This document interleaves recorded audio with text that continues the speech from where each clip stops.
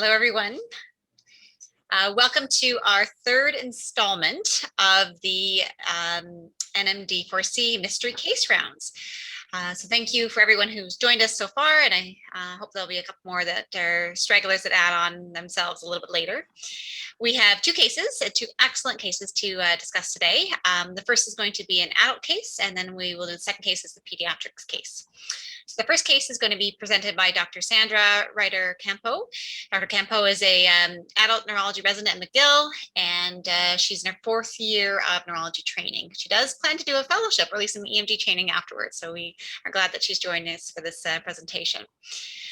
Also, she is a fellow who's co-presenting the case with her, and that's Dr. Hisham Abdul Khair. And he is and I apologize for not identifying how you pronounce your last name, so you can correct me if I totally butchered it in a moment. That's correct. Okay, so he is a second-year neuromuscular fellow at McGill, and he also completed his adult residency, neurology residency in McGill, and originally from Saudi Arabia, where he did his medical school training. So thank you to our presenters for presenting the first case. Go ahead. Thank you so much. All right, so I'll jump right into it in the interest of time. So I'm presenting the adult case. I wanted to come up with a fancy title, but I didn't want to give too much away. So this is the mystery case rounds. All right, so you guys saw that it switched, just to confirm, new slide. Yeah, perfect. Okay, so I will be presenting a patient that I saw this year, and I will be showing videos, including of his face, but he very generously accepted that I do so, and I have, you know, he was very, very open to this being shared, so I just wanted to disclose that. Otherwise, I have no other relevant disclosures or conflicts of interest. There will be some medications mentioned that are off-label, but we will mention that as we go. So our patient, Mr. L, is a 33-year-old gentleman, right-handed, who has a history of classic Hodgkin's lymphoma that was diagnosed in 2018. He underwent chemotherapy from January to June 2019 with an ABVD protocol. He had undergone 6 cycles and unfortunately had a recurrence of his disease in December 2019. He was treated with gentamicin and cisplatin. This course of the treatment was complicated by some clinically diagnosed distal polyneuropathy. So there was never any EMG studies at that time, but he had some numbness in his hands and his feet. And he also had ototoxicity from this course of chemotherapy. So the cisplatin was changed to carboplatin. He went into full remission, and therefore he underwent an auto stem cell transplant in November of 2020. Naturally, that hospitalization was complicated by a few things, including a DVT, some E. coli bacteremia, and C. difficile, but he bounced back quickly, and he was discharged home and was doing well as of December, January of this year. In terms of medication, he was only on apixaban for that DVT and famotidine. His habits were unremarkable. He lived with his partner, and of note, he was very previously, before his illness, very active man, ex-football player. He played in CJEP. He also worked as a personal trainer, and he worked as a hardware store. So he's very, very active, and there was no family history of any sort of neuromuscular or muscle or genetic disorders. So in February of this year, he called his hematologist oncologist for just a phone follow-up. And on the phone, he said, you know, the numbness in my hands and my feet, it seems to be, it's a lot worse, and it's traveling upwards. It seems to be getting quite bad. I'm having difficulty walking. And the hematologist oncologist actually noted that he was very, significantly dysarthric on the phone. So he called the neurology consult service I was on, and he told, I have this patient, I think he might have some sort of GBS, something's happening. He has ascending paresthesias. What do I do? I said, send him to the emergency room. So the patient actually arrives to the emergency room the following day. I'm still on service. We get a consult from the Emerge that is a classic ER consult that says new neurosigns, ptosis, drift, numbness, dysmetria, tandem gait off, central versus peripheral. They're not like, and I'm talking to the ER doctor. I'm like, do you think this is central or peripheral? He's like, I'm getting a CT with contrast. This must be central. I'm like, I don't know. Anyway, so the consult was central versus peripheral. It's peripheral, guys. So when I see the patient on history, he describes a 2-week history of progressively ascending dysesthesias, numbness in his legs and his arms that was definitely a change from his previous symptoms of his clinically diagnosed polyneuropathy. And he was really saying, my muscles are so tight. They just feel like they feel very, very stiff. I feel stiff in my arms and my legs. And it's worse if I'm doing quick movements or if I'm very forceful. I have difficulty relaxing my hands, and I'm having difficulty walking. He said, I have hard times releasing my knees. They're staying stiff. So that was his main complaint. Otherwise, other complaints he had were some fluctuating facial droop. He's saying, sometimes my girlfriend says it's like I'm slurring, my face looks asymmetric, I have some ptosis. He had 5 days of dysarthria and some mild dysphagia. And he hadn't noticed any, cramps or myalgias or twitches, but his girlfriend said that she did see some twitches in his legs. So on our examination, he did have a right ptosis. He had the bilateral sensorineural hearing loss, which was already confirmed like from the previous year with an audiogram, so that didn't seem to be new. He had this mixed spastic and flaccid dysarthria, very interesting dysarthria, that I unfortunately don't have video of his speech very clearly. He had difficulty opening his eyes after forceful eye closing and opening his mouth after clenching his jaw. And it was mildly worse if I had him repeat it several times. His bulk was normal on his motor exam, although his calves were quite contracted. It almost looked hypertrophic. I mean, he was a fit guy, a very active guy, but his calves looked a bit large.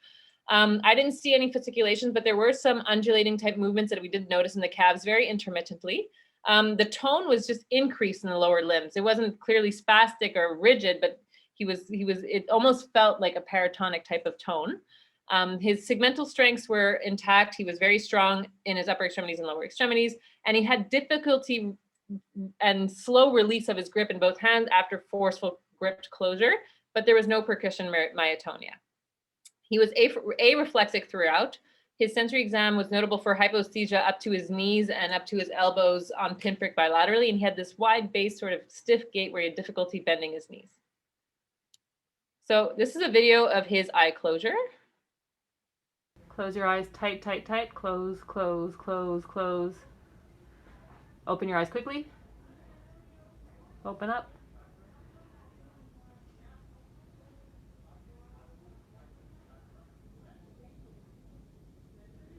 Open up.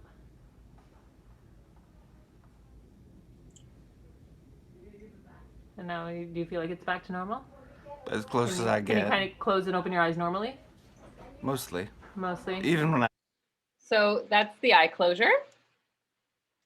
Close your eyes tight, tight, tight. Go to the next. Okay, and this is the video of his grip. Open this one. Open and close. Yeah. All right. Now squeeze. Squeeze strong. Squeeze, squeeze, squeeze, squeeze, squeeze, squeeze, squeeze, squeeze. Okay, open. So before we squeeze it, you can feel like it yeah. moves normally, and then it's after it's stiff. I get very tight right along this muscle group here. And that's his grip. Open this one. Open. All right. So first question is, how would you describe the findings that I just showed in the video?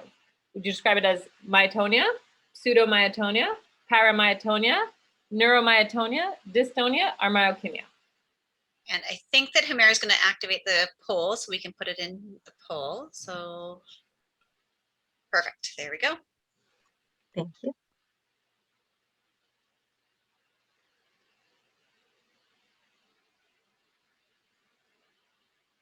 Do I get to vote too, I guess? No, we can't. Hosts and panelists cannot vote. Okay. That's usually not the answer.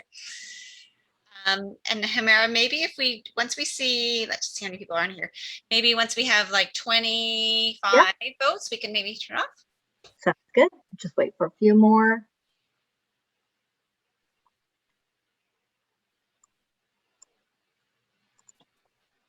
Awesome. So we have some myotonia. No one voted for pseudomyotonia, an unaccepted term. Fantastic. Paramyotonia, neuromyotonia, dystonia, and myokemia. Okay, so before I speak more about what was there, we'll keep going with the case, and maybe I'll show the EMG. So, I mean, he was admitted to the hospital. As I said, the ER ordered a CT head with contrast that was normal. He had a PET a few days before his admission to follow up on his disease that, did not show any sort of active disease in terms of his lymphoma. He seemed to be still in remission according to what was found on the PET scan. He was admitted to the hospital. He had a very thorough inflammatory and infectious workup, you know, the full rheumatological ANAs, ENAs, complements, all this stuff. Everything was negative. He had some antineural antibodies that were sent on the serum and on the CSF, and I showed them here, all these antibodies that were sent to, and that were negative, as in addition to acetylcholine receptor antibodies. And his CSF was very bland. There was a mild elevation of his protein, but 0.8, and otherwise it was normal. And so here we see that the you know, GAD65 and the NMDAR, GABA1, LGI1, Casper2, all of these things were negative, DTPX as well. So he had some nerve conduction studies, and these are his initial nerve conduction studies. And we do see that, so the motor conductions for the left and medium and ulnar show normal latencies, amplitudes, and conduction velocities. And for the fibular and tibial, there does seem to be some reduced amplitude of the fibular and the tibial with slightly increased F waves, but normal latencies and conduction velocities. And for the sensories, the median ulnar were normal, but then the left sural showed some reduced amplitudes, and then the superficial fibular was unobtainable. That said, we didn't have any previous to compare to. It was unclear if he already had been known for this polyneuropathy. So, we assumed it was related to his previous chemotherapy. And so now I'm going to go to his needle exam and show you a few videos of his needle exam. So this one is the right FDI. We have a 50 microvolts by division and 10 milliseconds per division. And this is spontaneous, and there is going to be some changes that you'll notice when on my needle movement.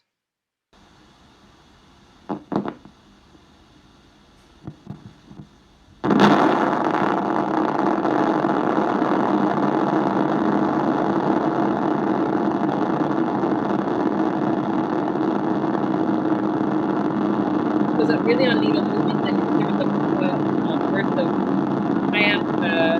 high frequency changes that then waned a little bit, and I'll have a few more videos I'll show. This one is similar.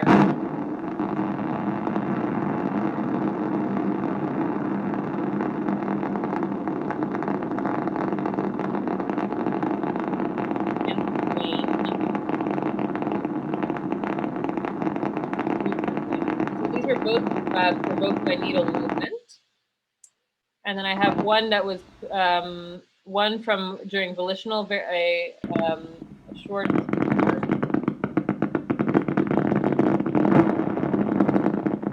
quick burst that occurred with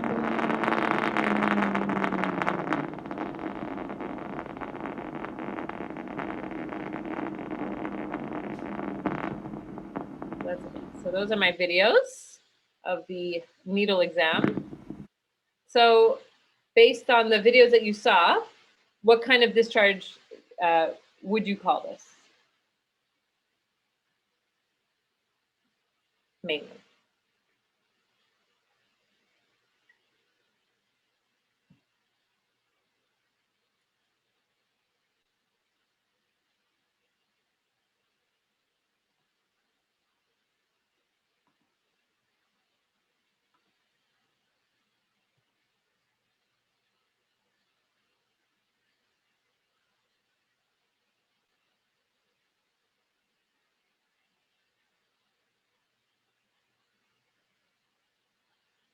Some people still answering, I guess, a little bit. So 62% say neuromyotonic discharges. I would agree with that. So yes, so the patient did have neuromyotonia on their EMG. So which of the following would you expect to find in this patient? Anti-voltage gated potassium channel antibodies, a mutation of the calveolin 3 gene, CAV3, anti-GAD65 antibodies, a CK level over 10,000, or a mutation in the KCNA1 gene. And I'm really speaking about this patient I presented with the whole story clinically. What would you most likely expect?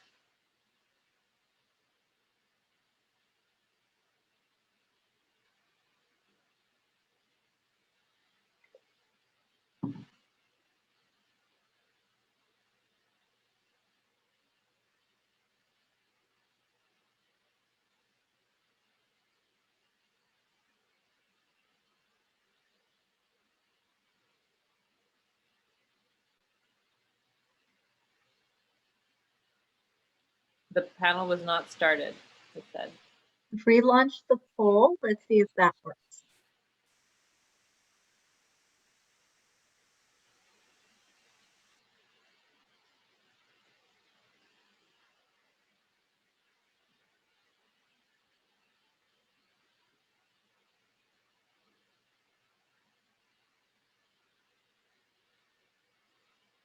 All right, so we have a split group.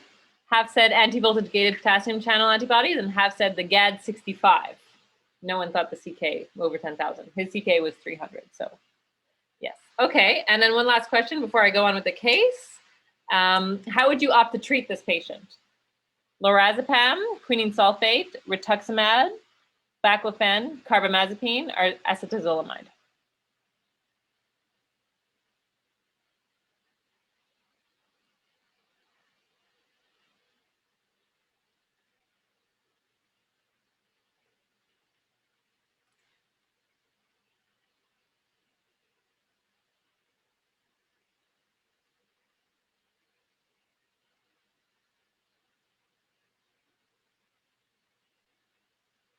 So most people, so 40% said rituximab, 30% said baclofen, and then it's split between lorazepam, quinine sulfate, and carbamazepine. So I'll tell everybody what happened. So he was actually started on carbamazepine, 400 milligrams BID. This is an off-label use of carbamazepine. And he was also treated with some IVIG. He was receiving 1 gram per kilo every 3 weeks. And he got four treatments that he felt were not helping him very much, and he didn't notice any change after his treatments, so they were stopped after 4 treatments. And prior to his IVIG treatments, we had resent some of his blood to the Mayo Clinic and for an antibody panel, and it was negative, still negative for Caspr2 and LGI1 autoantibodies, but it was positive for these voltage-gated potassium channel antibodies. The titer was positive, although they do tell us, in light of the fact that the Caspr2 and LGI1 are negative, the significance of these voltage-gated potassium channels being positive is unknown. And of note as well, we were communicating with hematologist oncologist, and he always remained in remission. He had repeated PET scans that were stable, and there was no evidence of relapse of his disease. And so with the carbamazepine, he felt a lot better. He had most of his symptoms had resolved. He was able to speak more fluently. No one didn't have any more dysarthria. He felt he was able to go back to his activities, his grip, his eye closure. He didn't have any issues, no more fluctuating facial droop, no dysphagia. He started jogging again, although if he ran too fast, then his knees would lock and he would not be able to keep running. So he was gradually returning to his activities. And also of note on his exam, I was able to get reflexes a few months later after on re-examination, and his sensory exam also very much improved, where he no longer had this distal hyposthesia on pinprick. And so this is him again on carbamazepine, 400 milligrams BID. I think the video might be choppy a little bit. I apologize, but believe me, it's not sticking. There's a little bit of a lag of the left frontalis muscle. There seems to kind of lag behind, but otherwise he's able to open his eyes quite well. And then for his grip as well, after force closure, he's able to open them without any difficulties, none of that stickiness that we saw in the where he's difficult and slow of opening his hands in the previous video. Go ahead. And just of note as well, he had repeat nerve conduction studies that were done, and he doesn't love the nerve conduction studies, so we only did the legs because he had abnormalities initially, and these axonal distal polyneuropathy changes that we had seen on the previous nerve conduction studies resolved. So his amplitudes in the left fibular and left tibial were now within normal range, and which was surprising, since the only thing that had changed was that he was improving in terms of this neuromyotonia syndrome, and that he had been treated with IVIG and some carbamazepine, and the chemotherapy had been stopped a long time ago, and his symptoms that were related to the chemotherapy had been stable.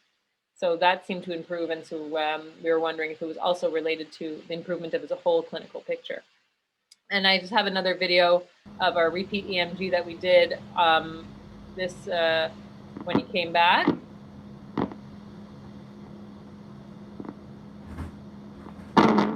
Still has the same very high frequency discharges, abnormal discharges. This again on needle movement in the right SCI. I'll stop the video.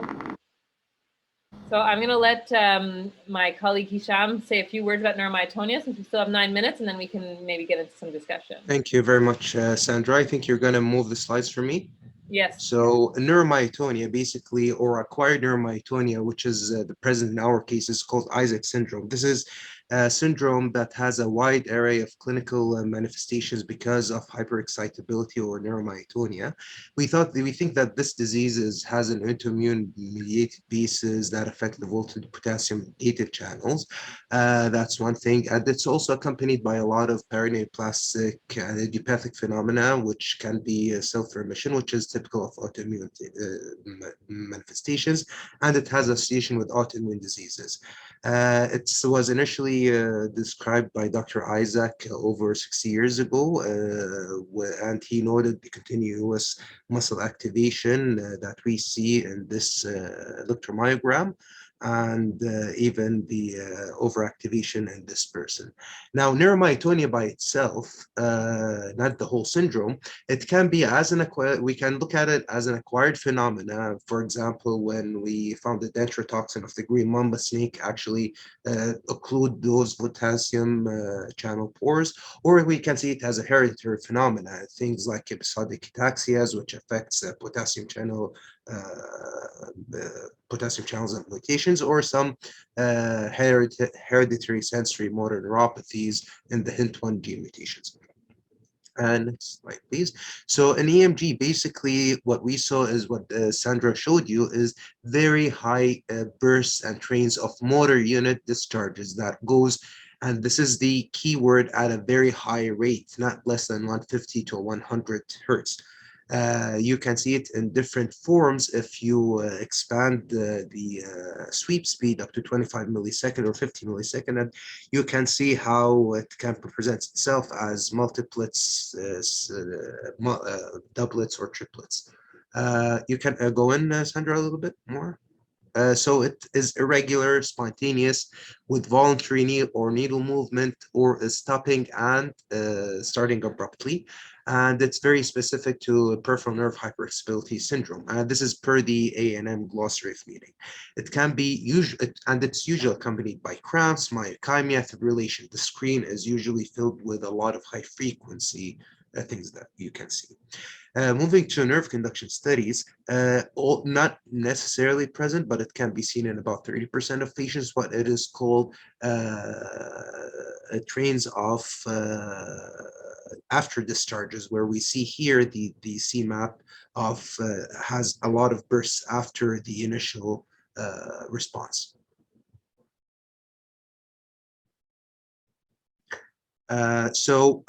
Isaac syndrome by itself, just clinically, it's a hyperexcitability peripheral syndrome, essentially leading to continuous muscle fiber activity. That will lead you to myokymia, delaying movements, delayed relaxation, or pseudomyotonia, how is it called, or it's erroneously called, hypertrophy of the muscles, it will fasciculations, cramps, and stiffness. All of that will lead to pain. It will lead to hyperhidrosis as well. It's thought because of increased metabolic rate. And as described in our patient, a lot of people can present with positive symptoms and paresthesias, and some have bulbar symptoms or very rarely weakness. The treatment is you need to carefully screen for malignancies, recurrences of malignancies, and treat it. Symptomatically, you want to use sodium channel blockers, carbamazepine, phenytoin. You can also try things like lamotrigine, mexiletine, valproate. And then you got to treat the autoimmune or the immune basis of this disease as well, if no cancer is found. Corticosteroids, plasmapheresis, high-dose IVIG, rituximab have been all used in this medication as off-label. Next slide, please. Just one word is that there is the peripheral nerve hyperexcitability syndrome. Is thought to be a spectrum.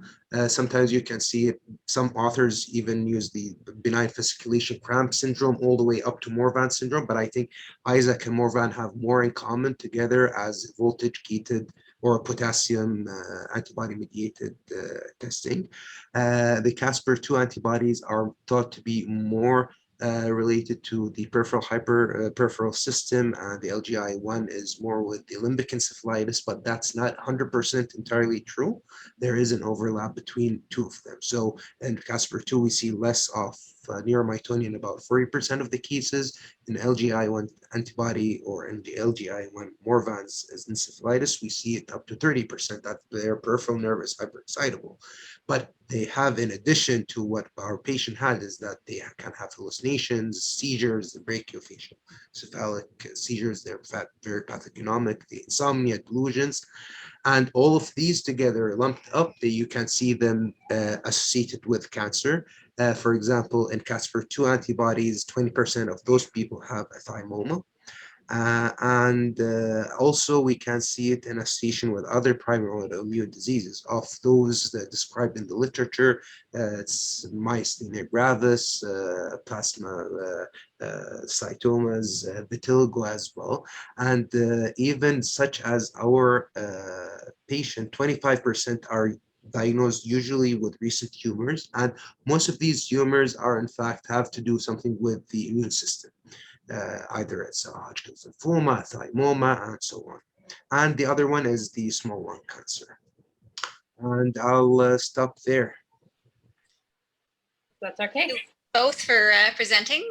What a fascinating case, and obviously quite prominent involvement. Sandra, I had a quick question before there's other questions in the chat. One is, did the carbamazepine allow for immediate improvement, or was it the IVIG that was really responsible for the improvement in this patient? So initially, when I wasn't sure what was going on, I'd given him carbamazepine 200 BID and diazepam in case it was GAD65. Stiff person syndrome. And, he was taking the diazepam PRN. He didn't really find it helped him except for to sleep. But he did find that the carbamazepine did help him. And that was before we started the IVIG. And so that's when I bumped up the carbamazepine to 400 BID. And he improved with that. And the IVIG, he did not feel that it was changing anything. His symptoms after the IVIG or before his next dose, it didn't change anything. And so we stopped it after 4 treatments. And I saw him a few weeks ago after I've stopped the IVIG for several weeks, and he would continue to feel much better with the carbamazepine. He was back at work. He was doing gardening actively. So it seems like it was the carbamazepine. I can't say whether the IVIG really helped or not. He didn't feel like it was, and he was, not very interested in coming into the infusion center for the IVIG anymore. And so we gave it a shot to just do the carbamazepine. So I have one other question for, I don't see any others in the chat, and we have to move on to the pediatrics case, but just for one question for Hisham. Do you think in this situation it was autoimmune related to stem cell transplant, or what do you think the mechanism in this situation was? Actually, we were Sandra and I had a lot of discussion about this, and we reached the conclusion that it's almost impossible to determine in this case. But we think highly likely that the stem cell transplant, with the change of the immune nature, has probably created an antigen antibody reactivity, not antibody, but maybe has some kind of an antibody that we couldn't detect, basically. So yes, it's hard to say to take away the temporal association with the stem cell transplant. Yeah, Sandra convinced me. There are reported cases of new autoimmune disorders after auto stem cell transplants. It's not as common as after allo stem cell transplants, but the hematologist said that was something that they did see once in a while. And with the timing of him being in remission and then getting the stem cell, and then within a month, 2 months developing this, it felt like it was related to that. And he seems to still be in remission. His hematologist oncologist tells me there's no cancer there. So And hopefully that also means that the response to the IVIG will not need to be ongoing immune Exactly. suppression. So hopefully it will just be a time limited Exactly. requirement. Exactly. All right. Well, thank you so much. So Dr. Massey was, so Remy Massey was the consultant in this case. I think he is here, so he can add any comments in the chats. But we should move on to the pediatric case to make sure that we get a timely access to them for the rest of the hour. Thank you very much to the adult Thank you panelists. so much. Thank you so much, Christine, and thank you, Hishan and Sandra. It was a fantastic case. So we are going to present the second case, which is the pediatric case. So Dr. Amitis Mirchi is going to be our pediatric presenter. The staff who actually supervised the case is Dr. Hugh Macmillan, and I think he's here actually. So Dr. Mirchi is a third-year child neurology resident at the Montreal Children's Hospital in Montreal. After completing a Bachelor of Science in Anatomy and Cellular Biology at McGill University, she received her medical degree from University of Montreal in 2019. She returned to McGill to complete her residency training in pediatric neurology. She has several interests, including neurogenetics, white matter diseases, and neuroinflammatory disorders. So thank you so much, just to actually present today. So it's all yours. Perfect. So thank you for the introduction. So today I'll be presenting to you the pediatric mystery case. So let's dive into it. So our patient is now an 18-month-old baby girl. She was actually first seen by neurology and genetics at 11 months of age as an outpatient for a query of hypotonia and developmental delay. And at that stage, several investigations were ordered. But she was soon after admitted to the hospital, actually about a month later at 12 months of age, and at which point the neurology team on service was again consulted. And at this time, the reason for consultation was the hypotonia and the developmental delay, as well as failure to thrive. So in terms of the pregnancy and the birth history, so the mother was known for hypertension during the pregnancy, but it's unknown what type of medication she was on during the gestational period.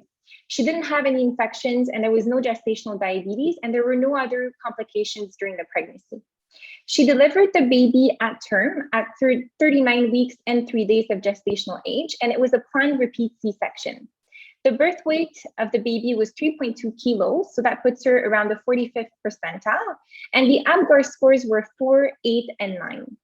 She did require CPAP for poor tone initially and poor respiratory effort, and this was in the context of meconium-stained amniotic fluid, and she did require a brief admission to the NICU for further monitoring, but was discharged without any complications.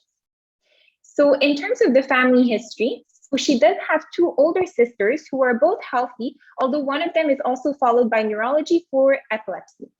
There was also a question of clotting disorder in several paternal uncles, but no further details were available. In terms of her social history, this little girl lives at home with both of her sisters and her parents, and she does attend daycare.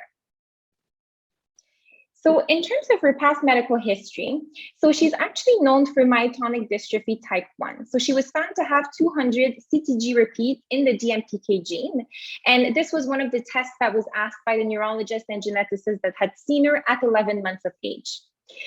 As I said, she's known for failure to thrive. This is why she's being admitted, and she's known for feeding difficulties. The mother reports that the child is only eating small amounts before quickly becoming disinterested and turning her head away. She was currently admitted because of a weight loss of 790 grams in the past 5 weeks. And she had been growing around the 25th percentile before the admission, but her weight really had recently dropped to the 3rd percentile, which is why she was admitted. There was, however, no history of coughing with feeds, and OT evaluations were within the normal limits. She's also known for a brachial cleft fistula, but kidneys and ultrasounds were normal. She was admitted also in the context of URTI symptoms with fever and a history of 3 days of diarrhea. But the mother does mention that at baseline, this child is quite constipated. And the mother mentions that actually she's been having fevers on and off at home for several months without any other associated symptoms, including URTI symptoms. On admission, the team also noticed that she had some oral ulcers that, as per the mom, have come and gone for several weeks now, and they were negative for HSV. And so the team really said that this was probably after stomatitis. She was also on admission found to have anemia. It was a macrocytic anemia, despite folate and B12 levels being normal. And in terms of her development, there's been no regression, but she does have some mild delays. So gross motor wise, the mother doesn't recall the age at which she rolled, but she remembers that she's been sitting around 10 months of age. She wasn't able to sit independently until very recently. She's not pulling to stand yet, and she's not able to walk when she's held in a vertical suspension. For fine motor, she has recently achieved a pincer grasp. She's able to hold a writing utensil fisted, and she's able to transfer objects from hand to hand and reach for objects in front of her. For her speech, she does say dada, and she makes other vowel and consonant noises only. And for social, she does have a social smile. She does point to objects to get parents' attention. She does imitate parents, but she doesn't know the body parts yet, and she's not able to follow simple commands.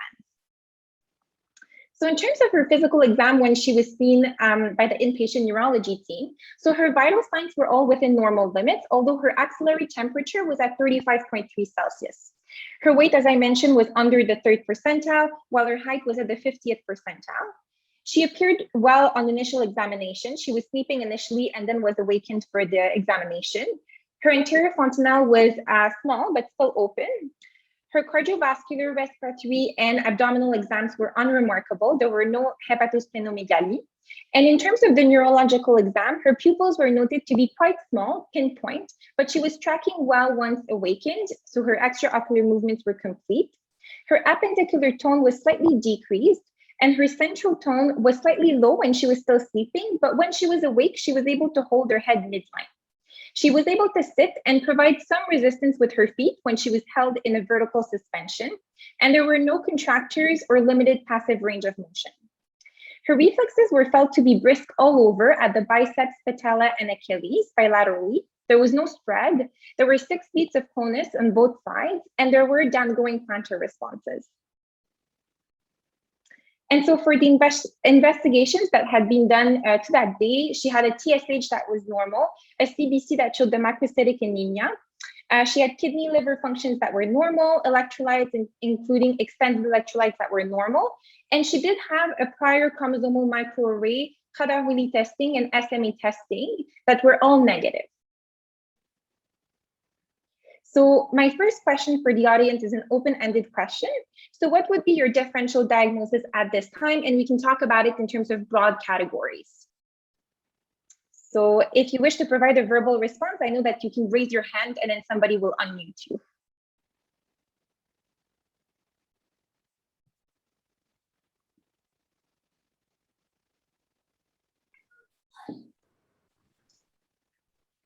You can also use the chat box to provide an answer.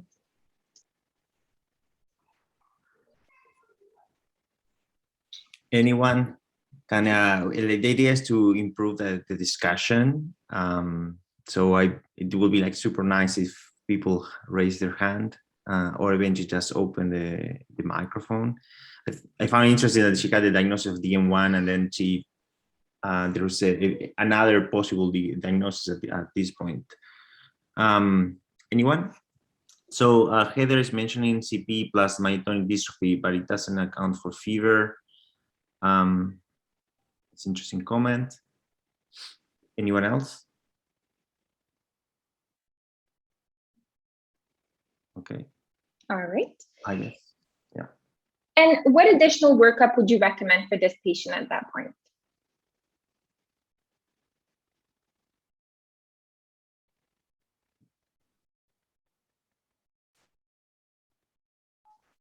Do you think it's genetic testing? Eventually, which genetic testing will you recommend? Or eventually EMG, neuroconductions? So Abdullah is mentioning CK, brain MRI, EMG, CK levels. Rami is mentioning. Heather is mentioning just send to the MD because she's a therapist. Thanks for that.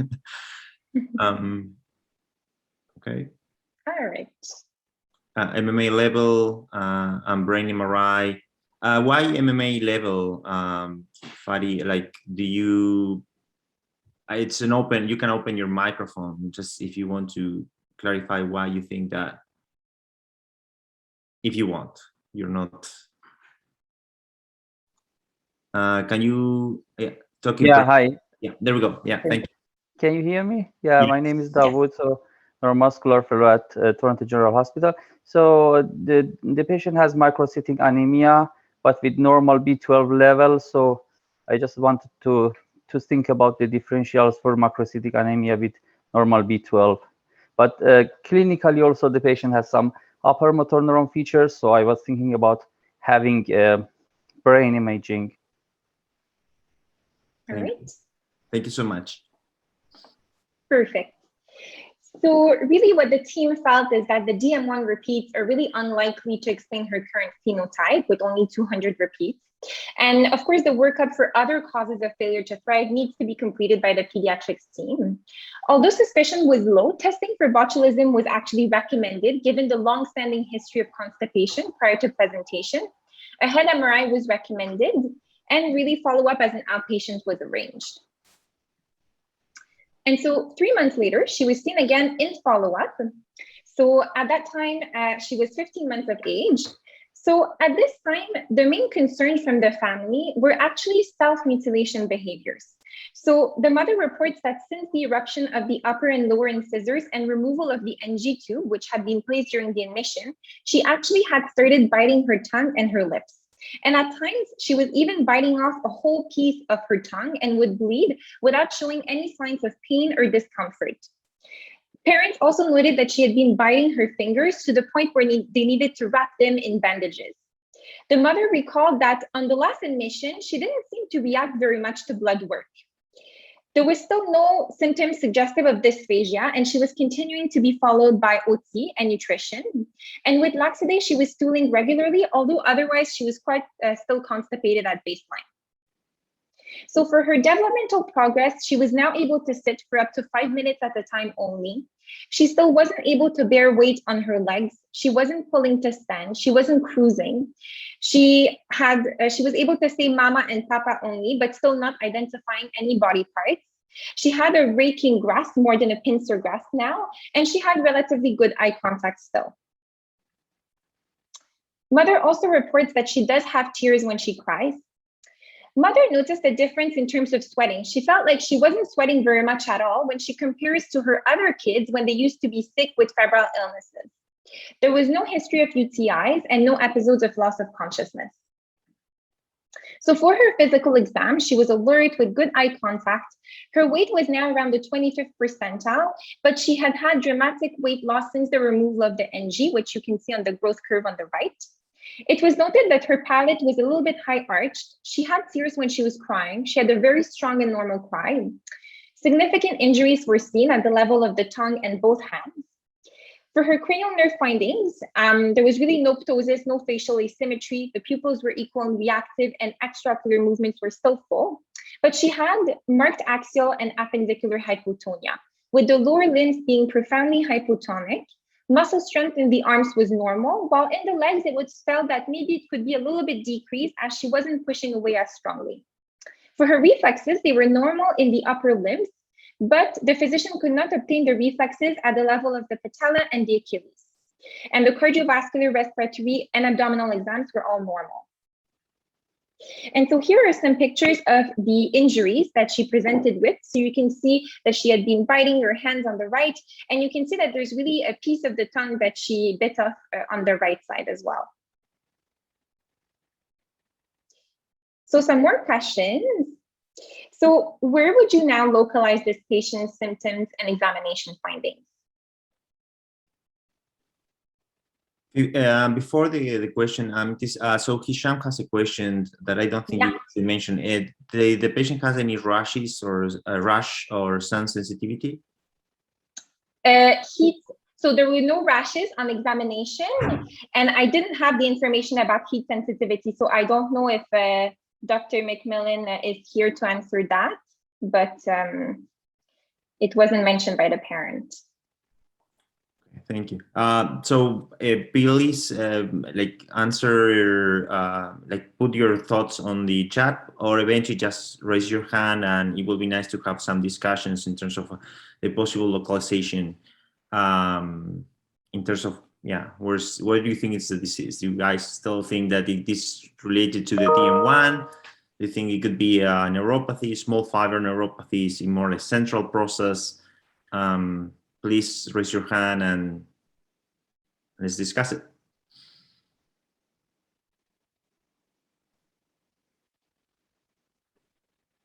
Okay. Well, I guess everybody's really shy today, so No thoughts. so let's continue. Okay, let's continue. So my other question was, how does the differential diagnosis change with the additional information that we now have? And then what additional workup would you recommend at this stage? So it seems Ram is mentioning inherited sensory neuropathy. That seems likely. And Davud is mentioning self-mutilation, such as like Leishman as a possible diagnosis. All right. Rami, do you want, or Davud, do you guys want to discuss a little more, explain more your thoughts, or you're good? Okay, let's continue then. Davud wants to talk. And I think Dr. Massey unmuted as well. So we can start there for sure. Go ahead, Dr. Massey.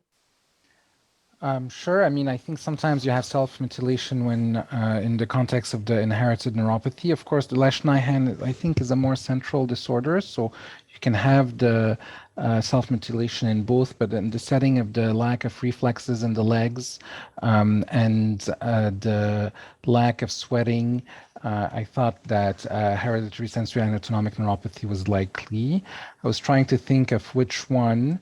I think Riley-Day, which is HSAN type 3, is the most common one, but I think they usually have lack of lacrimation.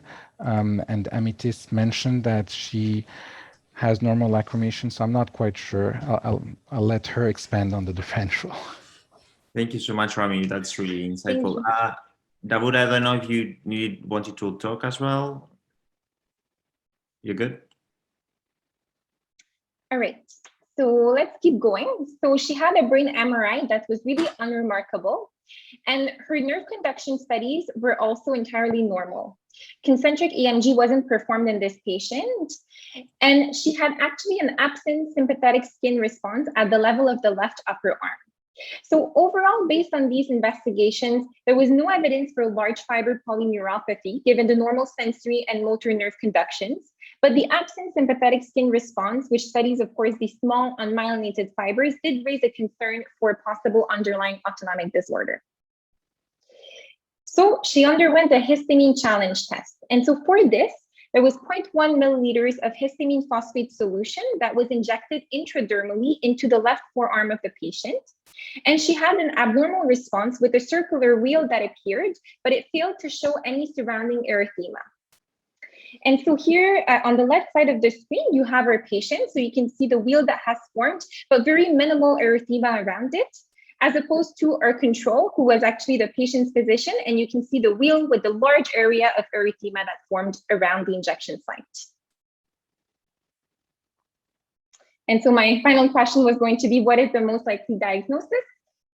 And I think I will give you the answer. So she actually underwent whole genome sequencing, and it revealed a likely pathogenic homozygous variant in the NTRK1 gene, which in her case was inherited from both parents. And so this gives her a diagnosis of congenital insensitivity to pain with anhidrosis, also known as hereditary sensory and autonomic neuropathy type 4. This variant hasn't been previously reported in the literature, but it's predicted to result in a premature stop codon, which will lead to a truncated or absent protein in a gene where loss of function is the known disease mechanism. So we're going to discuss briefly HSANs, and in particular HSAN type 4. So these are a group of disorders that are really clinically and genetically heterogeneous, and they affect different aspects of the development, function, and survival of the small myelinated and unmyelinated neurons. Affected patients will have impaired pain and temperature perception of different severity and varying autonomic anomalies. Penetrance is complete, but there is a big variability in terms of the phenotypic expression. And all of these disorders are recessive, with the exception of HSAN type 1, which is autosomal dominant. And so these disorders were initially classified by Dick and Ota in 1993, and it was really based on the age of onset, the mode of inheritance, and the predominant phenotype. And now more and more, we are shifting towards a genotype-based classification. To this day, there's 20 genes that have been discovered as disease-causing. And so as I mentioned, the HSAN will really affect the A delta, the B, and the C fibers, so the small myelinated and the unmyelinated fibers. And so this is the classification, which shows you the 5 different types of HSANs. And so we will talk a little bit more about HSAN type 4. So HSAN type 4 is an autosomal recessive disease, and it is caused by a loss of function mutation in the NTRK1 gene, which is on the long arm of chromosome 1. You can have different types of mutations. And this gene encodes the TRK, which is the receptor tyrosine kinase type 1, which is necessary for normal binding of NGF, which is the nerve growth factor. And if binding is impaired, then the NGF-dependent neurons will fail to develop during embryogenesis. And specifically, these neurons are the small sensory and sympathetic neurons. And it's interesting to note that this pathway is also active in the immune response, and this can explain why these patients tend to have poor healing and tend to be more at risk of recurrent bacterial infections such as otitis media. So when NGF binds to the TRKA receptor, there's autophosphorylation of the receptor, and it activates a whole downstream cascade of signal, which leads to neurite outgrowth and survival of the sympathetic ganglia neurons, nociceptive sensory neurons, and cholinergic neurons in the basal forebrain. There's a high prevalence of HSAN type 4 in the Israeli, Bedouin, and Japanese population with founder pathogenic variants that exist. But the carrier frequency in the general population is unknown, and it's the second most common type of HSAN. In most families, both parents of an affected child will be carriers, and sometimes you can get a homozygous state as a result of uniparental disomy for chromosome 1. Heterozygotes are really carriers and are generally asymptomatic. And so in terms of the phenotype, so it's a disease that starts at birth, and patients really have a profound insensitivity to pain, which will affect the cranial nerves as well as visceral sensation. So they're at risk of repeated traumatic and thermal injuries and mutilations of the hand, feet, tongue, lips, and they're even at risk of corneal scarring. As I said, they tend to have poor healing. They're at risk of painless fractures and joint damage, and there's a high incidence in this patient population of Charcot joint and osteomyelitis. They have decreased or absent temperature sensation. They tend to have preserved deep tendon reflexes, although it's described that some of them will have decreased or even absent deep tendon reflexes. They have preserved position sense. Hypotonia can actually be seen in the early years, but it tends to normalize with time. Muscle strength is normal. The developmental milestones are often normal or only mildly delayed. Emotional tearing is normal. They're really at risk of intellectual disability, and a lot of these children will have severe learning and behavioral problems, as well as emotional lability and hyperactivity.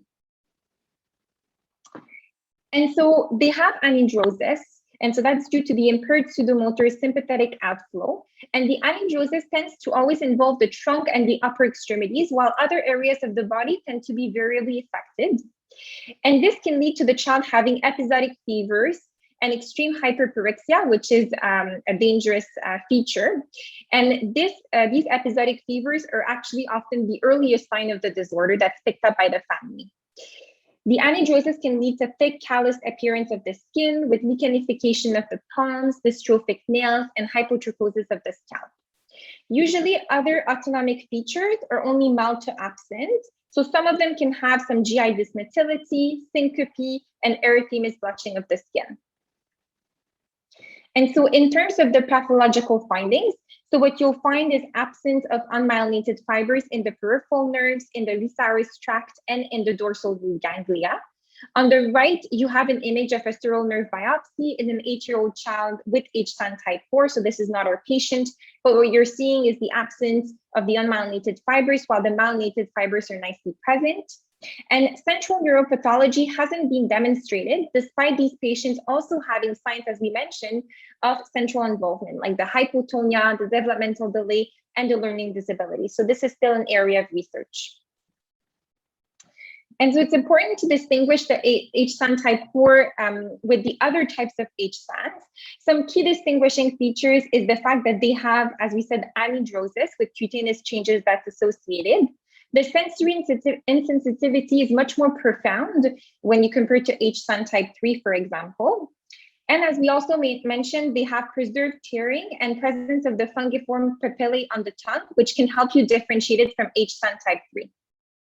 And so this is a nice summary table. It's a busy slide, but it's a nice summary table that shows you the different features for the different types of HSANs. And so I will skip that just for the sake of time. So in terms of management, so it's really supportive care. So it will be important that the physician completes regular physical examination, including examination of the skin, the bones, and the joints. Orthopedics, dentistry, ophthalmology, and dermatology follow-up are advised. So it's really a multidisciplinary care. The physician can consider tooth extraction, the use of mouthguard, and filing of the teeth to avoid self-mutilation and injury. Early interventions are recommended for behavioral and developmental delays. And the physician should instruct the family to avoid and the patient to avoid hot or cold environments and avoid high impact activities. And early consideration of gastrostomy for patients with dysphagia is advised. And so how do you make a diagnosis of HSAN? It's of course based on the clinical features as well as molecular genetic testing.